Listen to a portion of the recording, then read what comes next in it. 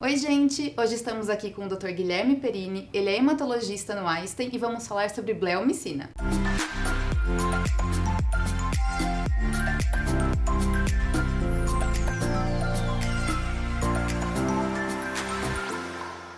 Doutor, muito obrigada por estar em mais esse vídeo da TV Abrale. Eu que agradeço. Pra gente começar, eu queria que você explicasse um pouquinho pra gente o que é o protocolo ABVD. Então, assim, o protocolo ABVD, ele é um protocolo desenvolvido já há muito tempo. Ele é mais ou menos do começo da década de 70. Foi um pesquisador italiano que desenvolveu. Ele usa 4 drogas principais: a adriamicina, daí o A, a bleomicina, a vinblastina e a dacarbazina. Esse protocolo, ele constantemente vem sendo testado frente a outras terapias na primeira linha do tratamento de linfoma de Hodgkin, e ele, tanto por juntar segurança como eficácia, permanece durante todo esse tempo como grande vencedor. Tem alguns grupos que usam outros protocolos, por exemplo, os alemães usam um protocolo mais intensificado chamado BACOP, mas de uma maneira geral, grande parte do mundo permanece utilizando a ABVD no tratamento do linfoma de Hodgkin. Como ele é um tratamento de primeira linha, ele pode ser considerado uma terapia-alvo? Não, ele não é uma terapia-alvo, né? O conceito que a gente tem de terapia-alvo é quando a gente foge um pouco da quimioterapia clássica. Tá? Porque a quimioterapia clássica, ela funciona tanto na célula normal quanto na célula cancerosa. E as terapias-alvo, teoricamente, funcionariam apenas nas células doentes, utilizando uma proteína que essa célula expressa, ou uma via intracelular que está funcionando muito. Ela não é uma terapia-alvo, mas ela tem uma resposta muito boa, altas taxas de cura, apesar de ser uma quimioterapia à moda antiga. Doutor, qual que é a importância da bleomicina nesse tratamento? Então, assim, essa é uma pergunta difícil de responder. Por quê? Porque a gente tem pouquíssimos trabalhos que retiraram a bleomicina do tratamento. Então, para a gente falar de um valor individual de uma droga, o ideal é que a gente fizesse combinações, tirando cada uma das drogas, para a gente ver qual que é a importância. Então, o único estudo que a gente tem, que é um estudo do grupo alemão, pegou pacientes com linfoma de Hodgkin em estadio inicial, né, estadio 1 e 2, sem fatores de risco, o que a gente chama de estadio inicial favorável, um estudo bem grande, são 1.500 pacientes, mais ou menos, e eles foram divididos em 4 grupos. Um grupo recebia o ABVD, um grupo recebia o ABV, ou seja, tirava a dacarbazina. Outro grupo recebia o AVD, que é tirando a bleomicina. E o último grupo recebia só AV, ou seja, tirava a bleo e a dacarbazina. Nesse estudo, o que eles viram é que quando você compara o ABVD com o AVD, ou seja, quando você tira a bleomicina, não existe diferença na sobrevida global dos pacientes. Mas na sobrevida livre de progressão, ou seja, naqueles pacientes que não recaíram, a diferença era em torno de 4%. O que eu quero dizer com isso? Quando você omite a bleomicina, é possível que os pacientes tenham uma porcentagem pequena de chance maior de recaída. Mas isso não teve impacto na sobrevida global, porque você conseguia resgatar esses pacientes. Por exemplo, com uma químio, com um transplante, alguma coisa assim. Tá? Agora, a gente precisa ter cuidado, por quê? Porque a gente está falando de um cenário de pacientes com doença inicial sem fatores de risco. Quando a gente vai para doença inicial com fatores de risco, que é o que a gente chama de estádio inicial desfavorável, a gente não tem esse dado. E quando a gente vai para a doença avançada, que são estádios 3 e 4, a gente também não tem esses dados. É possível que exista sim um impacto no risco de recaída, mas eu não consigo quantificar esse risco tirando esse cenário em que foi testado. Doutor, a gente sabe que infelizmente a bleomicina não está sendo fornecida aqui no Brasil. Existe algum outro medicamento que possa suprir a característica desse medicamento no tratamento? Sim e não. Hoje a gente já tem um estudo para pacientes com doença avançada em que você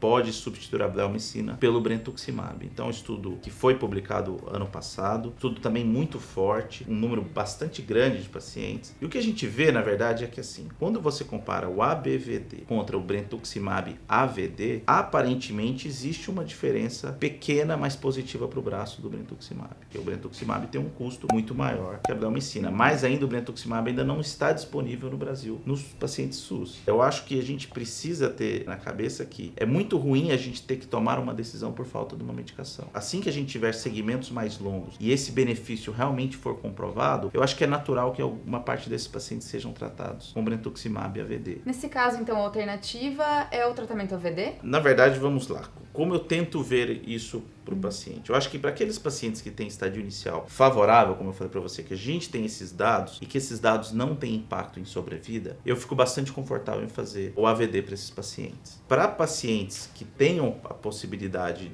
de conseguir o brentuximab em primeira linha, se esse paciente tem um estádio avançado, em especial aqueles pacientes que têm fatores de risco, eu também acho que é uma possibilidade de fazer. Mas para aqueles outros pacientes, né, que são estadio inicial desfavorável ou que não conseguem o brentuximab, a gente fica meio de mãos atadas. A gente faz o AVD e é preciso explicar para os pacientes que isso não significa que não vai funcionar. Tem uma chance muito boa de funcionar. Em alguns pacientes, a gente omite a bleomicina de propósito. Pacientes idosos ou que têm fatores de risco para doença pulmonar, a gente geralmente retira a bleomicina, porque uma das preocupações da bleomicina é justamente a toxicidade pulmonar. Nesses pacientes que têm um risco maior, então seria uma opção já pular para uma segunda linha de tratamento? Não é uma coisa que a gente faz com frequência. Mesmo com a ausência da bleo, a chance de cura em primeira linha é muito alta. Para estadio inicial favorável, né, sem fatores de risco, a gente vai estar conversando em torno de 90% a 95% de cura. Para aquele que tem alguns fatores de risco, isso vai para 87% a 82%.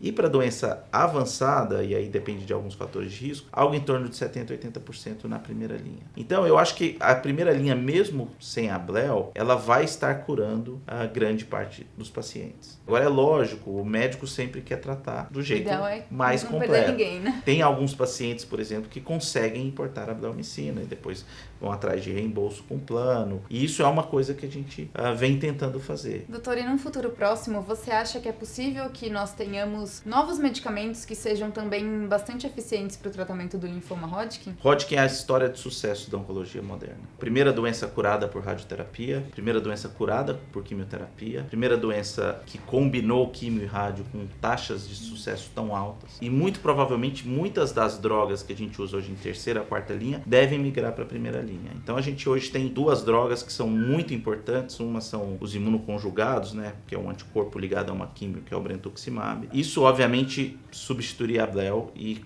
consolidaria uma taxa de resposta maior. E a gente tem também agora a imunoterapia, né? Então a gente tem os bloqueadores de PD-1 que já vêm mostrando resultados muito bons em terceira, quarta linha de linfoma de Hodgkin. E a ideia é que eles vão migrando aí para a primeira linha, inclusive combinados um com o outro. Seria uma terapia sem químio para linfoma de Hodgkin. Então o cenário é sempre muito positivo para o paciente com linfoma de Hodgkin. Eu sei que a falta da bleomicina é uma situação que gera muita ansiedade para o paciente. A mensagem positiva é, sim, pacientes vão ser curados a despeito da falta da bleomicina. É lógico que a gente vai sempre continuar brigando para a gente ter sempre todo o arsenal terapêutico, mas a gente com certeza vai ter melhorias no tratamento. Doutor, obrigada pela sua participação. Tenho certeza que ajudou a esclarecer aí a dúvida de muita gente. Não, eu que agradeço, é um assunto bem espinhoso, mas eu acho que a gente precisa informar o paciente, eu acho que a informação para o paciente é muito importante. E eu gostaria de terminar o vídeo falando que, na verdade, os pacientes ficarem tranquilos, que os médicos e as entidades médicas estão brigando, sim, pela volta da bleomicina. Não existe ninguém virando as costas para os pacientes. Então, a gente tem entidades